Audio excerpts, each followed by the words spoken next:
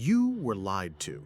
Your school textbooks, your teachers, even your national holidays, they all told you Christopher Columbus was a brave explorer.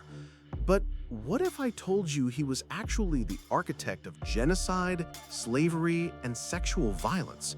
That his own contemporaries, priests, settlers, and the Spanish crown condemned him as a monster. This is not speculation. These are their own words. It's time to destroy the myth and confront the truth. In 1492, Columbus sailed the ocean blue. This simple rhyme, dutifully recited by generations of schoolchildren, conjures an image of a brave, visionary explorer, a hero who defied the odds to connect two worlds. Before we go further, it's important to acknowledge something. People across the world are slowly beginning to wake up. Waking up to the reality behind the glorified tales we've all been taught. And yet, there are still many who struggle to see the errors in the legacy of Columbus. This documentary doesn't aim to shame or sensationalize. Instead, we aim to simply present the facts, the history as it truly unfolded, and let you be the judge. Let your moral compass guide you. Not myths, not legends, but truth. That's all we ask. To understand the chasm between the man and the myth, as governor of Hispaniola, Columbus instituted a tribute system. Every Taíno native over the age of 14 was forced to deliver a quota of gold every 3 months. The punishment for failure was not a fine or imprisonment, it was to have their hands severed and be left to bleed to death. As per Howard Zinn's A People's History of the United States, this brutal system was designed to terrorize and control the indigenous population. For centuries, school textbooks and popular culture engaged in a process of heroification, presenting a sanitized, Eurocentric tale of adventure. This version of history celebrates Columbus's navigational skill and persistence while systematically omitting or downplaying the brutal violence, enslavement, and genocide that defined his enterprise. The story was simple. A great man discovered a new world, and its inhabitants, often depicted as a primitive, homogeneous blur, were merely part of the scenery. This raises profound questions. How did a man who was arrested and sent back to Spain in chains by his own patrons for his monstrous cruelty become an American national symbol? Why were we, for so long, told a lie? The answer is not merely about a historical inaccuracy, it is about the power of foundational narratives. The Columbus myth is not just a story about a man, it is a story that teaches children how to view the world.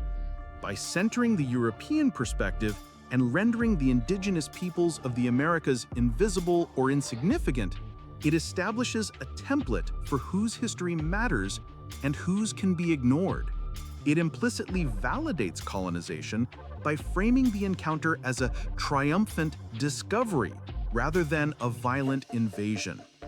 This report will peel back the layers of this myth by examining the most damning evidence available, the primary sources. Through the words of Columbus himself, the eyewitness accounts of his companions, and the stark demographic data of his victims' extinction, the true story of the Admiral emerges, a story not of discovery, but of destruction. The traditional narrative of Columbus's first voyage portrays a moment of peaceful, wondrous first contact. The historical record, specifically Columbus's own journal, reveals that the mission was one of conquest from the very beginning. His intentions were not corrupted over time. They were present from the moment he first laid eyes on the inhabitants of the New World. The conquest was not a mission that went wrong. It was the mission from the start. His framework for interaction was never based on diplomacy or mutual respect, but on an immediate assessment for exploitation, subjugation, and extraction. Upon his arrival in the Bahamas, Columbus described the native Taíno people, a subgroup of the Arawaks, in his log. He noted their generosity and peaceful nature. They were well built, with good bodies and handsome features. They willingly traded everything they owned. But his observations were not those of an anthropologist. They were those of a predator assessing his prey. He quickly noted their military vulnerability, writing, "They do not bear arms and do not know them. For I showed them a sword, they took it by the edge and cut themselves out of ignorance. They have no iron." This observation led to an immediate and chilling conclusion, recorded in his own hand for his Spanish patrons. They would make fine servants. With 50 men, we could subjugate them all and make them do whatever we want. This colonial mindset, which viewed the Taíno not as a sovereign people, but as a potential labor force, immediately shaped his actions. His primary motivation, driven by his contract with the Spanish crown, was the acquisition of wealth, specifically gold. Seeing small gold ornaments in the natives' ears ignited what historian Howard Zinn calls wild visions of gold fields. To find the source of this gold, Columbus committed one of his first documented atrocities, kidnapping. He wrote, "As soon as I arrived in the Indies, on the first island which I found, I took some of the natives by force, in order that they might learn and that I might give me information of whatever there is in these parts." This act of abduction set the precedent for all interactions that would follow. Upon his return to Spain, Columbus's report to King Ferdinand and Isabella was a masterwork of propaganda designed to secure funding for a much larger second voyage. He wildly exaggerated the wealth of the islands, promising vast quantities of spices and great mines of gold. Critically, he framed the human population as another commodity ready for harvest. He concluded his report by promising to bring back from his next voyage as much gold as they need and as many slaves as they ask. The transatlantic slave trade was not an unfortunate byproduct of colonization. It was a central pillar of the business plan Columbus pitched to the Spanish monarchy from the very beginning. The seeds of genocide were not planted later. They were aboard the Santa Maria. Armed with 17 ships and over 1,200 men for his second voyage, Columbus returned to the Caribbean not as an explorer, but as a conqueror and governor. His rule over the colony of Hispaniola was a reign of terror, characterized by systematic violence designed to extract wealth and crush the spirits of the Taíno people. The atrocities were not merely a means to an end, they were a form of governance. The violence was performative and strategic, intended to psychologically shatter the Taíno society and transform them from a sovereign people into a terrified, compliant labor force. The tribute of blood and gold. Armed to make good on his promises of gold, Columbus imposed a brutal tribute system in 1495. As documented by numerous sources, including historian Howard Zinn, every Taíno aged 14 or older in the province of Sicao was forced to deliver a hawk's bell full of gold dust every 3 months. For a cacique, or local chief, the quota was a much larger calabash. This was an impossible task, as the island possessed very little surface gold. The punishment for failure was a calculated spectacle of horror. Any Taíno found without the copper token signifying they had paid their tribute had their hands cut off. The severed hands were then tied around the victim's neck and they were sent away to bleed to death. This was not an isolated act of rage, but a deliberate policy of terror designed to enforce compliance through the most extreme means. The genesis of transatlantic slavery. When the tribute system failed to yield the promised riches, Columbus turned to his other promised commodity, human beings. In 1495, he orchestrated a massive slave raid, rounding up 1,500 Arawak men, women, and children. From this group, he selected what he deemed the best specimens and shipped them to Spain to be sold in the slave markets of Seville. The journey was horrific. Approximately 200 of the captives died en route, and their bodies were cast into the Atlantic. Columbus, the architect of this enterprise, justified it with religious fervor.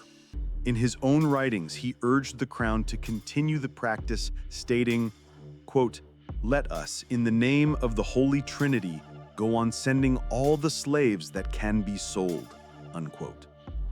This statement directly implicates him as the initiator of the transatlantic slave trade from the Americas to Europe, a system that would cause immeasurable suffering for centuries. Spanish priest Bartolomé de las Casas initially participated in the system of slavery, but later transformed into one of its fiercest critics. His book, A Short Account of the Destruction of the Indies, documents horrific abuses that the Spanish inflicted upon indigenous peoples. Las Casas described scenes of unimaginable cruelty. Spaniards betting on whether they could split a man in two, babies' heads smashed on rocks, and natives burned alive, 13 at a time, in honor of Christ and the 12 apostles. He recounted trained dogs tearing apart fleeing Taínos and wrote, "I saw here cruelty on a scale no living being has ever seen or expects to see." These were not isolated atrocities or accidental excesses. They were systematic tactics used to maintain control through terror. Las Casas' testimony is a vital historical source, providing a first-hand account from a contemporary who condemned Columbus's legacy of mass death and spiritual annihilation. Sexual violence under Columbus's rule was not incidental or sporadic. It was organized, systemic, and lucrative. Nobleman Michele de Cuneo, who sailed on Columbus's second voyage, wrote a chilling letter describing how Columbus gifted him a beautiful Carib woman, whom he subsequently raped. De Cuneo recounted, "When I had taken her to my cabin, she fought back, so I whipped her." Columbus's own correspondence, referenced by historian Kirkpatrick Sale in The Conquest of Paradise, confirms the commodification of native women. He wrote, 100 castellanos are easily obtained for a woman. Girls from 9 to 10 are now in demand. This was no mere report of others' misdeeds. Columbus was the colonial governor, and this sexual exploitation occurred under his authority and for his profit. Columbus was no friend to his own men. The Bobadilla Report, commissioned by the Spanish crown in 1500, contains 23 eyewitness testimonies detailing his abuses. Historian Consuelo Varela reports that Columbus ordered horrific punishments. Spaniards accused of petty crimes had ears and noses cut off and tongues removed. A Spanish woman, for calling Columbus of low birth, was publicly stripped, paraded on a mule, and had her tongue cut out by Columbus's own brother. Columbus reportedly praised this brutal act. These abuses were so severe that the crown arrested Columbus and sent him back to Spain in chains. Yet this arrest is rarely mentioned in standard textbooks. Columbus was, by all standards, then and now, a tyrant. The demographic catastrophe that followed Columbus's arrival was staggering. Estimates suggest millions of Taíno lived on Hispaniola in 1492. By 1550, fewer than 500 remained. Modern narratives often blame disease alone for this decline. However, historian David Stannard, in American Holocaust, argues this absolves responsibility. Most deaths resulted from mass slaughter, starvation, forced labor, and systemic violence. Disease only finished the devastation. Under the encomienda system, indigenous people were forced into brutal labor. Many dropped dead in mines, while others starved when their farming systems collapsed. In just 2 years, 1495 and 1496, famine claimed over 50,000 lives. The suffering was so unbearable that many mothers poisoned their infants to spare them the horrors, and thousands committed suicide. This was not a tragedy of germs. It was genocide. Why were we lied to about Columbus? He died in 1506, disgraced and stripped of power. Yet, in 1828, Washington Irving published A History of the Life and Voyages of Christopher Columbus, which reshaped his legacy. Irving admitted to inventing scenes to create a heroic narrative. He portrayed Columbus as a lone genius battling flat Earth skeptics, despite educated contemporaries knowing the world was round in 1492. The United States, eager to build a non-British national myth, adopted Columbus as a founding hero. Historian Charles C. Mann in 1491 calls this historical fan fiction, not biography. The 1893 World's Columbian Exposition in Chicago cemented Columbus's mythic status. Celebrating the 400th anniversary of his voyage, it showcased the U.S. as a rising empire. The fair's White City symbolized civilization and progress. Indigenous people were displayed in human zoos, exoticized and dehumanized. Columbus became a symbol of America's civilizing mission, reframing indigenous genocide as progress. In 1892, following the lynching of 11 Italian immigrants in New Orleans, President Benjamin Harrison declared Columbus Day to appease Italian Americans craving a hero. Columbus transformed from historical figure to an emblem of American identity. Columbus Day became a federal holiday in 1937, thanks to lobbying by Catholic and Italian American groups. Yet, this national hero's celebration came at a grave cost: the erasure of indigenous suffering. Historian Howard Zinn urged history to be told from the standpoint of the victims. Instead, Columbus became a celebration of conquest. Even today, defenders claim he was a man of his time. But so were his critics, like Las Casas and Bobadilla, who condemned him then. The truth was never hidden. It was ignored. Columbus initiated the transatlantic slave trade, orchestrated genocide, and built a regime of cruelty. This is not hyperbole. It is historical fact. His own letters, crew testimonies, and crown documents confirm this legacy. Yet generations were taught to empathize with the conqueror, not the conquered. Replacing Columbus Day with Indigenous Peoples Day isn't erasure, it's accuracy. Removing statues isn't anti-history, it's pro-truth. Unlearning Columbus means viewing history not as patriotic bedtime stories, but as mirrors reflecting who we were and who we must become. We must stop teaching children that a man who enslaved and mutilated is a hero. History isn't meant to comfort the powerful. It's meant to tell the truth. So now you know. You weren't taught history. You were taught a legend, polished and repackaged to fit a lie. But truth doesn't vanish. It waits in the margins, in suppressed testimonies, and in bones buried beneath paradise. History isn't a celebration, it's a confrontation. And the story of Columbus? It's not about a man who discovered a continent. It's about a world that chose to forget the people he destroyed. If this changed how you see history, don't let it end here. Like, share, question everything, because the myth ends when we say it does.